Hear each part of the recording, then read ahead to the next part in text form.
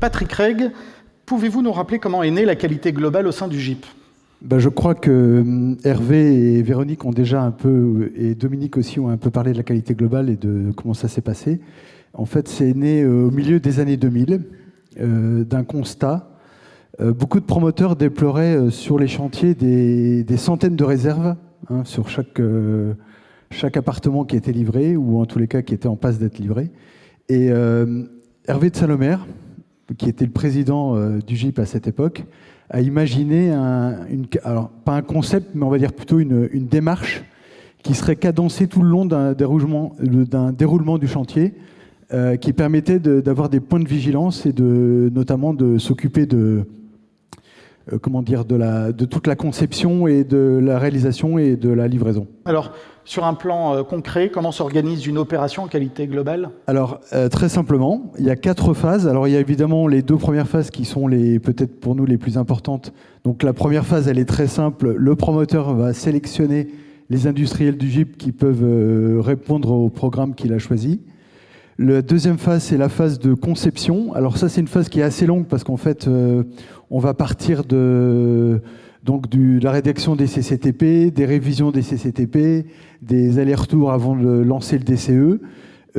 L'industriel pourra être sollicité par le promoteur sur un droit de réponse sur l'appel d'offres sur les opérations, sur les réponses qui ont été faites par les entreprises. Et puis, éventuellement, un avis aussi sur les entreprises qui ont répondu. Alors, phase 1, sélection, phase 2, conception, phase 3. Alors, la troisième phase, c'est la phase d'exécution. Donc, nous, là, on n'est plus tellement acteurs puisque c'est dans les mains de l'entreprise. Mais lors du témoin technique, le promoteur peut, s'il le veut, convoquer les industriels à ce témoin et valider les solutions qui ont été mises en œuvre. Et peut-être des fois le sensibiliser sur des défauts de mise en œuvre ou peut-être même des non-conformités. Et enfin arrive la phase de l'évaluation. Alors l'évaluation, c'est quelque chose qu'on fait plus ou moins bien tous, parce qu'une fois que c'est livré, on a tendance un peu à oublier. Mais l'évaluation, c'est une phase importante, c'est de voir ce qui a fonctionné plus ou moins bien pour améliorer lors d'une prochaine opération. Finalement, quel est le vrai bénéfice pour le promoteur ? Le promoteur, c'est une chose, mais c'est surtout nos clients, c'est ce que je rappelais. Donc, c'est véritablement d'aller sur le zéro défaut.